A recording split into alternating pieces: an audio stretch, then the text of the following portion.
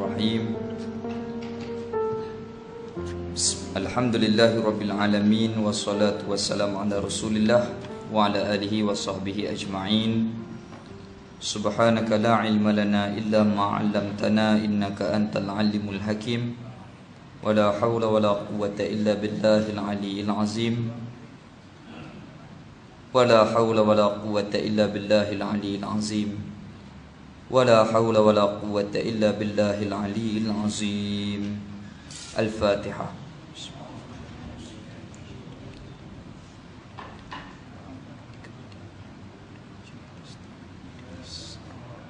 إن صراط المستقيم صراط الذين أنعمت عليهم غير المغضوب عليهم.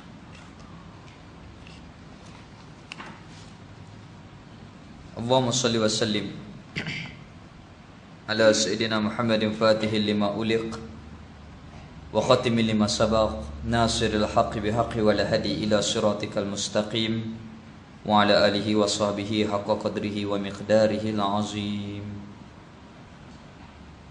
Alhamdulillah, kita syukur di atas nikmat kehidupan iman Islam yang Allah Ta'ala kurniakan kepada kita, yang dimuliakan Tuan Imam Bilal, ahli jawatankuasa masjid, ahli jawatankuasa khariah, pimpinan masyarakat, ibu ayah muslimin dan muslimat. Alhamdulillah, selepas daripada kita cuti Ramadan hari itu, kita sambung balik muzakarah kitab Kifayatul Mubtadi. Kita berhenti hari itu muka surah 4. Ada tanda tak? Muka surah 5, Rukun Islam. Baik. Muka surat yang kelima, kitab Kifayatul Mubtadi. Bismillahirrahmanirrahim. Qala musannif rahimahullahu ta'ala wa nafa'ana bi ulumihi fid dharain amin. Rukun-rukun Islam ada 5 perkara. Baik, apa kita bincang? Perkara untuk menyempurnakan agama kena ada 3 perkara. Pertamanya Islam, keduanya iman, dan yang ketiga ihsan. Apa dia Islam? Kita bincang dah itu. Al-istislam wal-inqiyad. Islam itu ialah terima, patuh, ikut, taat seluruh yang dibawa, yang diajar oleh baginda Rasul, daripada sekalian bahagian hukum hakam. Daripada hukum hakam wajib kita kena terima. Sama ada perkara itu yang berkaitan dengan ibadah, muamalah, munakahat, jinayat, semua hukum hakam itu yang disampaikan oleh Rasul wajib kita terima. Islam a'malu jawarih, amalan luaran anggota seseorang. Jadi apabila kita terima semayang tu wajib, puasa tu wajib, zakat bagi cukup haul dan nisab itu wajib, haji bagi yang kemampuan itu wajib, jinayat ataupun muamalat, jual beli cara Islam wajib. Apa hukum-hukum yang berkaitan dengan muamalat, begitu juga munakahat, nikah kahwin mengikut undang-undang Islam tu wajib. Munakahat, begitu juga jinayat, itu semuanya kewajipan kita menerima. Maka apabila kita terima, kita mengucap 2 kalimah syahadah tanpa paksaan. Asyhadu an la ilaha illallah wa asyhadu anna Muhammadar Rasulullah. Aku bersaksi tidak ada jenis Tuhan melainkan Allah jua Tuhan, dan bersaksi Nabi Muhammad Rasul sallallahu alaihi wasallam itu adalah Rasul Allah Ta'ala yang maha termulia. Maka konformlah Islam seseorang tu. Apabila Islam, wajib kita pelihara akan nyawa dan harta dia.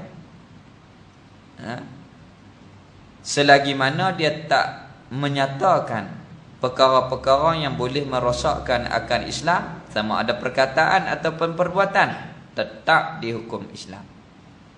Kadang-kadang orang tanya, dia ni tak pernah sembahyang semua hidup, minum arak, berjudi, hukum apa dia ni? Tanya, adakah dia ni mengucap? Ya. Adakah dia buat perkara-perkara yang membatalkan Islam, sama ada perkataannya ataupun perbuatannya? Tak. Tetap Islam. Islam apa jenis tu? Namanya Islam asi, yang berdosa. Islam yang fasik, yang melakukan dosa kepada Allah Subhanahu wa taala. Islam tetap Islam. Pasal apa? Kerana dia terima seluruh apa yang disampaikan oleh Rasul. Kalau orang tanya semayang wajib ke tak? Wajib. Pasal apa hang tak buat? Dia diam. Tetap Islam. Islam yang asi, yang berdosa. Nah. Tetapi sebaliknya kalau dia ingkar, tu jadi kufur, naudzubillah. Pasal apa hang tak semayang? Dia bantah. Dia kata semayang tak wajib kat aku. Pada ketika tu jatuh agama, naudzubillah. Nah, itu pun dinasihati 3 kali kepada dia. Kalau dia kembali kepada Islam, alhamdulillah, dia kembali kepada agama Islam. Baik. Kemudian rukun Islam ini ada 5. Ini sedia kita maklum. Sedia kita maklum. Baik, kita bincang dekat makna rukun. Apa dia rukun? Mala Buddha, perkara yang tak dapat tidak mesti kena buat. Rukun sembahyang 13. Di antaranya rokok, di antaranya sujud. Kalau sembahyang tak rokok, kalau sembahyang tak sujud, batal sembahyang. Kerana rukun tu perkara yang mesti. Rukun mala Buddha, perkara yang tak dapat tidak mesti. Kalau tak buat tak sah. Lepas tu, kalau orang tak pergi haji lagi, takkan batal Islam dia? Tak. Tak batal. Kalau kita tertinggal sembahyang, batalkah Islam kita? Tak. Batal Islam bila? Ketika perkataan, perbuatan dan i'tiqad yang salah. Perbuatan seperti menghina agama. Perkataan seperti mempersendakan agama. Itu jatuh agama. Tapi kalau tak ingkar, hukum hakam. Kalau perkataan dia tak pernah buat perkara yang merosakkan agama, perbuatan dia tak pernah buat perkara yang merosakkan agama, cuma dia tak sembahyang, Islam tak lagi? Islam lagi. Tak batal Islam lagi. Lepas tu macam mana dia kata rukun? Rukun tak buat batal. Rukun sembahyang 13 tak rokok, batal sembahyang. Nah. Tiba-tiba rukun Islam 5. Hak tak pi haji lagi, batal dak Islam? Tak. Hak tak sembahyang, contohnya tertinggal 2 waktu, batal dak Islam? Tak. Lepas tu, maka rukun di sini rukun majazi, pinjam kata nama ya. Bukan rukun hakiki. Kalau rukun hakiki tinggal batal. Ni bukan rukun betul. Ini pinjam kata nama. Apa yang betulnya? Perkara yang penting dalam Islam 5. Pentingnya kalau nak kata rukun pun tak apa. Penting sangat benda ni, kalau nak kata rukun pun tak apa. Tapi bukan rukun betul. Kalau rukun betul tinggal batal. Kalau rukun betul tak buat batal. Maka rukun Islam rukun majazi, iaitu pinjam kata nama. Pada pihak pentingnya benda ni, nak kata rukun pun tak apalah. Islam bukan 5 ni ya. Bukan sahaja mengucap sembahyang, puasa, zakat, haji sahaja. Bahkan muamalat, bahkan munakahat, bahkan jinayat. Semua wajib kita patuh akan undang-undang daripada Allah yang Maha Termulia. Nah, tu kita kena faham. Kita dah belajar, dah faham dah. Cuma kita ulang bagi ingat balik. Rukun Islam ada 5 perkara. Pertama, mengucap 2 kalimah syahadah. Wajib kepada orang bukan Islam, nak masuk Islam kena mengucap 2 kalimah syahadah. Kalau baca kulhu 40 kali pun tak jadi Islam, melainkan kena syahadah. Kalau baca Yasin 3 kali pun tak jadi Islam, melainkan kena syahadah. Asyhadu an la ilaha illallah wa asyhadu anna Muhammadar Rasulullah. Wajib kepada orang yang bukan Islam nak masuk Islam kena mengucap syahadah. Dan sunat muakkad bagi kita yang mak pak Islam, apabila kita ni beranak, diberanakkan, maka sunat muakkad kita ni ulangkan tajdid ataupun i'adah akan syahadah kita. Habis itu. Tu sedia kita maklum akan hukum dia.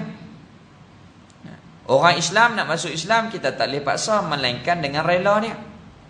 Kita tak boleh paksa. Tak pisau dia tekuk, hang ucap kalau tak aku tikam, tak boleh. Melainkan dengan kehendak dia, dengan rela dia. La ikraha fid din, tidak ada paksaan dalam beragama. Tetapi kalau duduk dalam Islam dah, dia tak boleh keluar. Salahlah kalau orang dia guna ayat la ikraha fid din, dia kata apa masalah nak murtad ikut suka dia lah. Kan Allah Ta'ala sebut la ikraha fid din. La ikraha fid din bagi kita Ahlus Sunnah wal Jamaah, iaitulah bagi orang yang bukan Islam nak masuk Islam, hak tu tak boleh paksa. Hak duk dalam Islam dah, kena paksa duk. Kalau keluar, namanya murtad. Apabila murtad, ada hukum jinayat di dalam bab yang berkaitan dengan murtad. Na'udzubillah. Kedua, sembahyang 5 waktu setiap sehari semalam. Menunaikan akan sembahyang 5 waktu. Subuh, sedia kita maklum buat hari-hari dah. Zuhur, asar, maghrib, isya. Kalau tinggal wajib qada. Maka sembahyang ni kena jaga dua benda. Yang pertama sembahyang zahir, hukum hakam fiqh. Daripada taharah, macam mana kita basuh kecil merah, macam mana kita berwuduk, macam mana kita mandi wajib. Jaga di situ lagi supaya jaga sembahyang kita. Supaya kita menjaga sembahyang kita. Kerana Allah Ta'ala berfirman, Inna salata tanha 'anil fahsya'i wal munkar. Sesungguhnya sembahyang itu mencegah seseorang daripada melakukan kemungkaran. Sama ada mungkar zahir ataupun mungkar batin. Kalau sembahyang elok, insya-Allah Allah Ta'ala jaga kita. Dengan berkatnya, dengan asbabnya sembahyang yang baik itu, kita ni tak mau benda-benda yang mungkar, benda-benda yang dikira kemaksiatan di sisi Allah Ta'ala. Na'udzubillah. Maka kita kena cek akan amal kita. Adakah sembahyang kita ni mencegah kita daripada mungkar?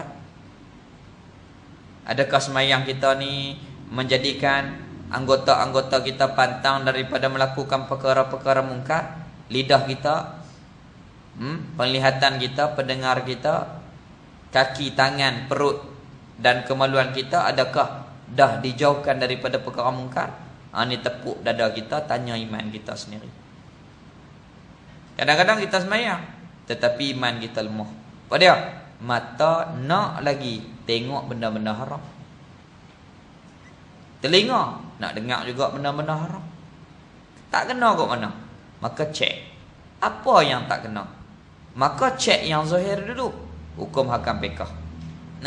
Cara kita berwuduk, cara kita mandi wajib, cara kita sembahyang, adakah kena dengan hukum hakam fiqh? Al-fiqhu al-fahmu. Fiqh itu menuntut kepada faham. Rukun sah sembahyang, syarat sah sembahyang 9. Antaranya Islam, berakal, masuk waktu, menghadap kiblat, suci pakaian, tempat sembahyang dan badan daripada najis yang tak dimaaf. Begitu juga kita suci daripada hadas kecil dan hadas besar. Kena kira di situ secara detail dulu. Mandi wajib, macam mana cara dia? Ambil uduk, macam mana cara dia? Memang kita ada buat hari-hari, tetapi terkadang kalau kita tak alusi benda ni, menyebabkan kita ni gagal di dalam sembahyang kita. Na'udzubillah. Kita minta jauh. Kita minta jauh. Itulah berhajat kepada ilmu fiqh. Begitu juga berhajat kepada ilmu untuk menjaga hati kita, supaya kita mendapat khusyuk. Benda ni sebut mudah, nak buat payah, nak dapat benda tu payah. Begitu juga tawaduk. Kita dengan Allah Ta'ala tadarrak. Apa dia tawaduk? Rendah diri. Tadarrak. Apa dia? Memperhinakan diri kita di depan Allah Ta'ala. Kita kena tunjuk hina. Kita kena tunjuk hina di depan Allah Subhanahu Wa Ta'ala. Rasa lekeh, rasa tak ada apa. Sesuailah dengan Allah Ta'ala sebut, antum, kamu semua fuqara ila Allah. Kamu semua berhajat kepada Allah Ta'ala. Nah, Tutup Ghuai Saleh Almarhum rahimahullah, dia kata, kita ni dalam ibadat kena tunjuk tawaduk di depan Allah Ta'ala. Begitu juga tadarrak, memperhina, memperlekehkan diri kita di depan Allah Subhanahu Wa Ta'ala. Terlebih-lebih lagi kita ni di dalam sujud. Di dalam sujud. Lebih-lebih lagi kita ni di dalam sujud. Baik. Kedua, sembahyang 5 waktu setiap sehari semalam. Ni kita duk buat hari-hari dah. Ketiga, puasa bulan Ramadan. Baru kita lepas ya. Setiap tahun, yakni pada bulan Ramadan, setiap tahun. Ya ayyuhalladzina amanu kutiba alaikumusiyam kama kutiba alal ladzina min qablikum la'allakum tattaqun. Buat apa puasa tu? Matlamatnya iaitulah Allah hendak memberi kepada kita sifat takwa. Dengan puasa tu pasti kamu takut kepada Allah Ta'ala. Tu Allah Ta'ala sebut, ya ayyuhalladzina amanu, dengan wahai orang beriman, dengan iman kita puasa. Kutiba alaikumusiyam kama kutiba alal ladzina min qablikum. Wahai orang-orang yang beriman, difardukan kepada kamu puasa seperti mana umat-umat dulu. La'allakum tattaqun. Dengan puasa tu pasti, la'alla, yakni pasti kamu takwa, takut kepada Allah yang Maha Termulia. Baik. Puasa untuk dapat takut ni, dia kena puasa kategori yang khawas. Puasa ni ada 3 kumpulan. Yang pertama awam. Dia tak makan, tak minum, lapar dahaga saja dia tahan. Tapi tak semayang situlah. Kemaksiatan duk buat terus lagu tu lah. Na'udzubillah. Tak pakai tudung, tak tutup aurat, terus macam tu lah walaupun puasa, na'udzubillah. Itu orang panggil puasa awam. Puasa yang kedua khawas. Macam mana puasa khawas? Dia puasa tak makan tak minum, dan dia tambah lagi satu lagi, iaitu berpuasa akan 7 anggota dia tak melakukan perkara kemaksiatan, perkara yang ditegur oleh Tuhan. Mata dia tak tengok benda haram. Moga-moga dengan semangat, roh semangat daripada Ramadan hari itu dapat kita ni kekalkan. Macam mana? Mata tak tengok benda haram, telinga tak mau dengar benda haram, lidah tak berkata benda haram, tangan kaki tak melakukan yang haram, perut tak makan benda haram, kemaluan tidak terlibat melakukan perkara yang haram. Itu maknanya puasa daripada sudut orang khawas. Yang ketiga, khawasul khawas. Ni orang yang nak menjaga akan kelazatan imannya, untuk mendapat halawatul iman, kemanisan iman. Macam mana dia buat? Dia puasa tak makan tak minum, 7 anggota dia tak buat benda haram, dan hati dia tak mau lalai. Dia hanya nak ingat kepada Allah Subhanahu Wa Ta'ala. Namanya syuhud. Mengingati Allah berkekalan di dalam hatinya. Ingat Allah Ta'ala dalam puasa tu. Sebab apa? Ruhnya sihat. Apabila puasa, kita tak buat benda haram. Apabila tak buat benda haram, kerohanian kita akan menjadi gagah, menjadi kuat. Apabila kuat, maka dengan itulah Allah Ta'ala memberi pertolongan kepada kita untuk kita ni mengingati Allah yang Maha Termulia. Itu hakikat daripada puasa. La'allakum tattaqun. La'alla, mudah-mudahan, yakni mudah-mudahan dengan makna pasti kamu akan takut kepada Allah Ta'ala. Habis. Keempat, membayar zakat. Keempat, membayar zakat. Sedia kita maklum, zakat badan, zakat fitrah. Lepas itu pula zakat yang berkaitan dengan zakat harta, emas perak. Duit simpanan, yang berkaitan dengan perniagaan, ternakan, lembu, kambing, unta, yang berkaitan dengan tanaman seperti padi sedia kita maklum, gandum, kurma, dan rutab. Begitu juga unap. Kelima, mengerjakan haji ke Baitullahil Haram bagi orang yang kuasa. Kelima, mengerjakan haji ke Baitullahil Haram bagi orang yang kuasa, yakni kuasa daripada sudut duit ringgit dia mampu, kuasa daripada sudut kesihatan, pengangkutan dan keamanan. Maknanya dia cukup duit, kemudian dia sihat, kemudian ada kenderaan yang baik untuk sampai di sana, dan yang keempatnya aman, tidak berlaku peperangan. Apabila gugur salah satu, maka belum sampai lagi kewajipan kepada seseorang itu. Belum sampai lagi. Maka takdirnya dia tu mampu, tiba-tiba pak mati, tak dampi, wajib upah haji dekat dia. Tetapi kalau dia tak mampu, mati dalam keadaan belum mampu, tidak wajib upah haji. Tak wajib. Hanyalah sunat muakkad sahaja kita upah haji kepada dia. Contohnya mati keluarga kita, muda lagi lah, umur 40 lebih, dia tak mampu pergi. Nak gagah, nak kena pulun ke, nak kena upah ke haji kat dia, tengok dulu dia ada hutang ke tak. Ada hutang, bayar hutang, itu terlebih utama. Itu dalam kaedah agama, yuqaddimul aham summa aham, didahului yang terpenting, kemudian yang kurang. Dahulu hak penting dulu, kemudian yang kurang. Dia lagu tu. Baik. Jadi kalau dia mati dalam keadaan mampu, wajib upah haji. Kalau tak mampu, tak wajib. Hanya sunat muakkad sahaja kita upah haji kepada dia. Itu secara hukum fiqh yang kita faham. Al-fiqhu al-fahmu. Fiqh itu menuntut kepada faham. Baik. Ni ada hak orang nak pergi haji, jaga beberapa perkara. Yang pertama, tawaf.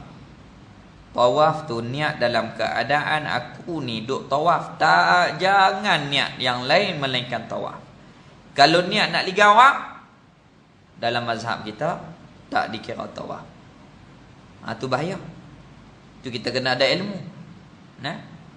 Tu kita kena belajar ilmu supaya kita ni buat ibadah dengan keadaan puas hati, barulah mendapat haji mabrur. Kena jaga semua perkara, sama ada pihak zahir ataupun pihak batin. Kita kena jaga baik-baik. Terutamanya tawaf, tak boleh sentuh kain Kaabah, tak boleh sentuh Hijr Ismail, jangan ikut-ikut orang. Begitu juga jangan niat selain niat kita ni mengerjakan ibadah tawaf. Kemudian yang kedua, dalam keadaan kita tu melontar di Jamratul Aqabah, pastikan kita ni membelakangi akan kiblat. Kerana Jamratul Aqabah zaman dulu-dulu, mungkin Tok Imam Dan zaman dulu-dulu, dia sebelah ya, dia ada bukit. Dia bukit belah ni baling kot ni, melontak kot ni. Maknanya belah ni bukit, orang tak baling belah ni sebab bukit. Orang baling belah ni. Jamratul Aqabah yang malam raya kita melontak tu, pastikan kena membelakangi Kaabah. Mana kiblat? Daripada kot ni. Baik, betul dah kita duduk sini, baling kot sini. Lah ni dia tolak bang, bukit tu. Dia buat seperti kapai. Apabila kapai, pungai belakang, baling belakang. Maka yang afdalnya di kawasan yang asal. Sebab kita habis duit banyak. Apabila habis duit banyak, mestilah kita nak buat yang elok. Mestilah kita nak buat yang elok. Begitu. Tu di antara perkara-perkara yang penting lah. Yang perlu kita ambil peduli di dalam masalah haji. Haji ni mudah ya. Al-hajju wa Arafah. Apabila dapat ukur di Arafah, dapat haji tahun tu. Kalau tak dan lah tahun tu. Yang paling rumit iaitu tawaf. Hak tu rumit. Sebab dia kena ada wuduk dalam mazhab kita. Dan kena jaga bau kita, niat kita, pergerakan kita. Kalau orang tak faham, dia kata tawaf payah apa pusing kan? Tu orang tak faham. Kalau orang faham, dalam tawaf itulah kita kena jaga baik-baik. Kita berdoa supaya Allah Ta'ala bantu kita mempermudahkan urusan ibadah kita. Adapun sa'i ni tak ada ayat sembahyang pun tak apa. Terbuka aurat sikit pun tak apa. Dalam tawaf macam sembahyang. Tawaf tak boleh buka, aurat tak boleh buka, wuduk kena ada. Kalau batal tak sah tawaf. Kena jaga niat, kena jaga pergerakan, kena jaga bau. Tu kena cermat. Ni dia tawaf siapa ulat kena bedai. Mung. Macam tikus duri. Punya nak bagi cepat. Sampai tak jaga bau-bau dah. Terkadangnya menyakiti orang, pijak orang, tolak orang, na'udzubillah.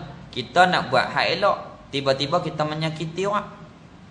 Pada ketika itu kita melakukan dosa, na'udzubillah. Tu kita kena hati-hati, kena cermat. Tu almarhum Tok Isoleh. Semasa orang renovate Masjidil Haram, Tok Guru jom, kami nak bawa Tok Guru, pergi lah kami nak bawa. Tok Guru ada apa? Aku bukan tak mau pergi. Oleh kerana lah ni terlampau padat orang, payah. Oleh kerana orang duduk dia kata punggah lah bahasa orang tua-tua. Duk punggah masjid, renovate masjid lah bahasa kita.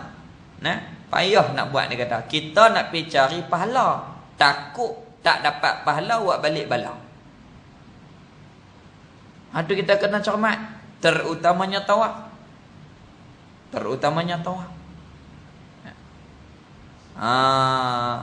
Lepas tu dia kata apa? Melontar tu hak pungai iblis tu Nabi Ibrahim dengan Nabi Ismail. Kita bukan niat pungai iblis. Kita niat kerana ibadah melontar. Bukan niat untuk nak pungai, nak baling iblis. Ini setengah daripada puak Pakistan, dia tak puas hati. Kadang-kadang ambil payung, ambil kasut, katok batu. Dia kata iblis duduk situ.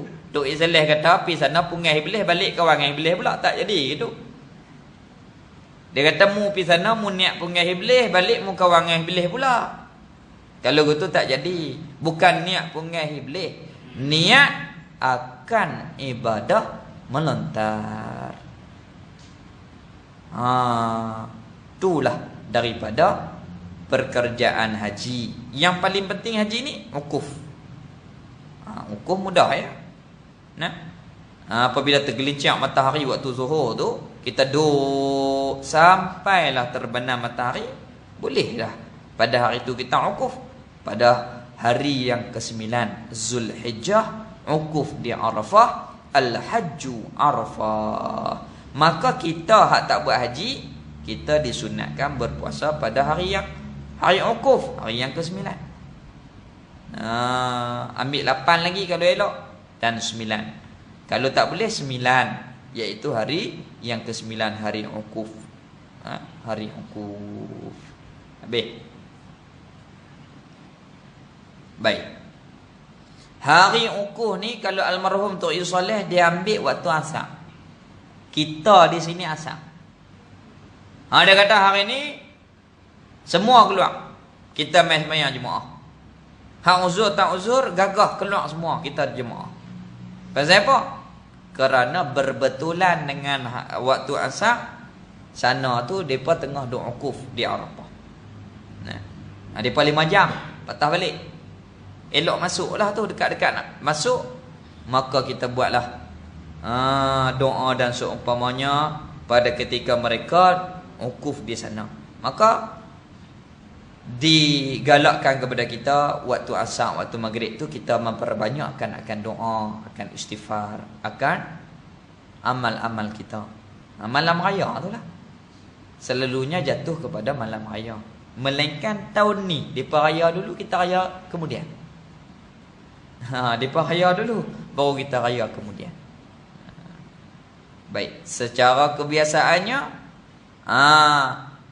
malam raya kita di sana tengah wukuf. Kita sembahyang raya dulu baru depa sembahyang. Selalunya. Tapi tahun ni depa sembahyang dulu, kita sembahyang kemudian. Maka dalam bab korban, hati-hati. Dalam bab korban ni kena hati-hati. Kalau nak selamat hari kedua, hari ketiga, hari keempat tu takut bahaya.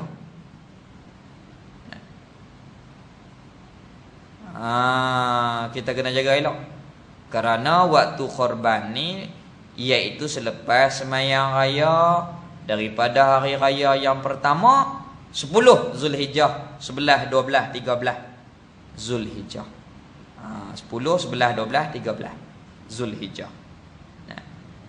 Masa tu hari raya dan hari tasyrik. Maka kita di sini melakukan ibadah korban. Hati-hati, jangan sembelih malam raya dia tak jadi korban, jadi lauk. Ada dia kata kita sembelih siap malam ni, esok kita mudah nak buat kenduri. Dia hantar malam tu sebelum subuh. Dia kata ni masuk malam raya dah. Tak. Dia kena sembahyang raya dulu, baru kita ni melaksanakan ibadah korban. Begitu juga kalau kita buat korban di sini, kita ikut hukum fiqh elok-elok, iaitulah kena ada ijab qabul di dalam jual beli. Kita kena ada wakil untuk sembelih, barulah ibadah kita tu puas hati. Tuan Imam kata saya jual setumpuk lembu ni dengan harga 700. Dia bagi duit kat Tuan Imam, saya beli pegang tali lembu duduk atas lori contohnya, ataupun tambak di pokok, kita pegang tali hak lebih. Tok Imam kata saya jual lembu ni setumpuk dengan harga 750. Dia kata saya beli serah duit. Tok Imam kata saya jual, dia tarik saya beli, ijab qabul. Tok Imam ambil duit. Betul Tok Imam, saya wakil ke Tok Imam untuk sembelih lembu ni, saya terima. Tu kalau ikut hukum betul-betul, disunatkan kepada kita tengok darah mengalir. Kemudian daging tu dibahagikan mentah 1/3. Kemudian kita sedekah ataupun hadiah 1/3, dan kita masak. Ni kadang-kadang dia masak semua. Baik beli lauk murah lagi. Baik kita beli lauk sekilo pun 30.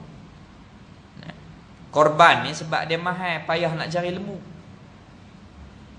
nak bagi cukup umur. Dia lagu tu. Baik. Erti iman. Iman ialah iman itu membenar hati seseorang. Wa fusiral iman bitasdiq, dihuraikan akan makna iman dengan tasdiq, terima di hati kita, membenarkan di hati kita, yakni jazam, yakin di hati kita.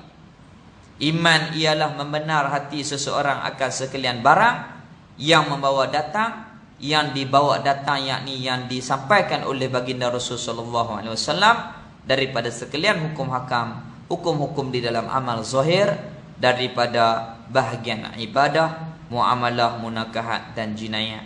Maknanya iman ni terima semua yang dibawa oleh Rasul, kita terima dalam hati kita. Semua tu betul, semua tu benar, semua tu adalah benar kesemuanya. Sembahyang kita terima dalam hati kita, wajib. Mulut kata wajib Islam, hati kata wajib iman. Hak luar tu bahagian Islam, yang dalam ni bahagian iman. Maka kena ada dua serentak. Iman lagi pula Islam, lagi pula mukmin. Islam kita buat amal luar, lagi pula mukmin, percayalah hati. Alhamdulillah apabila ada Islam lagi pula mukmin. mukmin yang bersifat dengan Islam.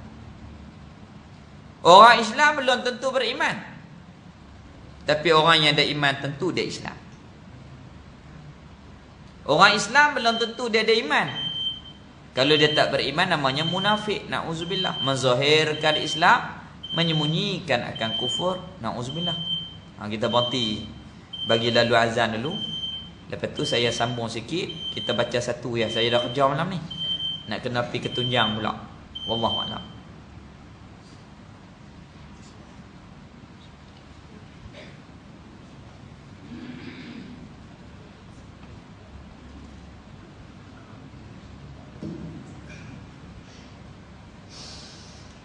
Allahu Akbar, Allahu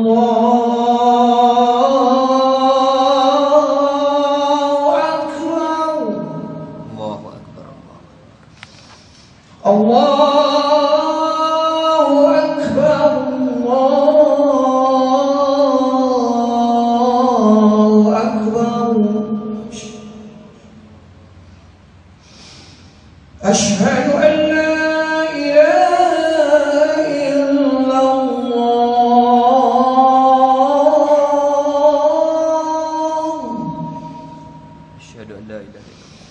أشهد أن لا إله إلا الله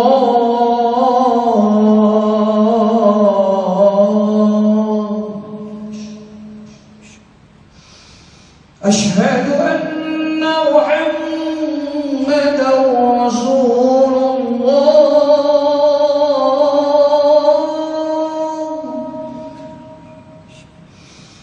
أشهد محمد رسول الله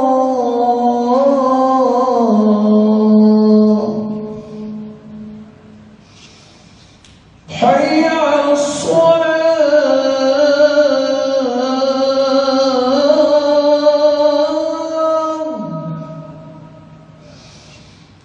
حي على الصلاة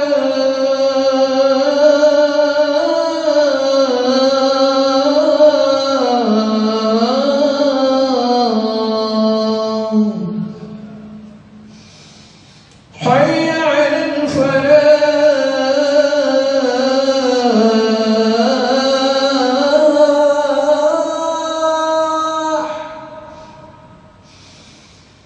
حي على الفلاح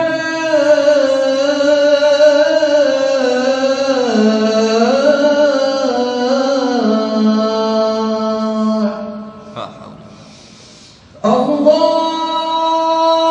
أكبر الله أكبر الله أكبر. لا إله إلا الله.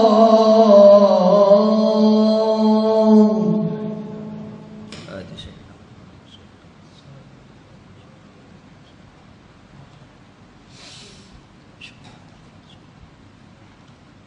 Bismillahirrahmanirrahim. Qala musannif rahimahullahu ta'ala wa nafa'ana bi ulumihi fid dharain amin. Erti iman. Wa fussira al-iman bi tasdiq, dihuraikan akan makna iman dengan tasdiq, terima, membenarkan dalam hati kita. Erti iman ialah iman itu membenar hati seseorang. Maknanya kita kena membenarkan, menerima dalam hati kita akan sekalian kesemua barang yang membawa datang yang disampaikan oleh junjungan mulia kita baginda Rasul sallallahu alaihi wasallam, daripada sekalian kesemuanya hukum-hukum di dalam amal zahir daripada bahagian ibadah. Kita terima hati sembahyang wajib, puasa wajib, zakat wajib, haji wajib. Muamalah kita terima, muamalah cara Islam wajib. Ada hukumnya dalam jual beli, wajib kita kena ikut. Ada hukum di dalam sewa menyewa, hutang piutang, gadai, hebah, hadiah dan seumpamanya, wajib kita terima hukum itu.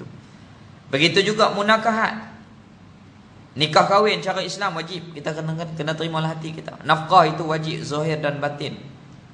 Nah, apabila bercerai, talak, ada talak hidup, ada talak mati, adanya iddah, wajib kita kena patuh dan kita kena taat.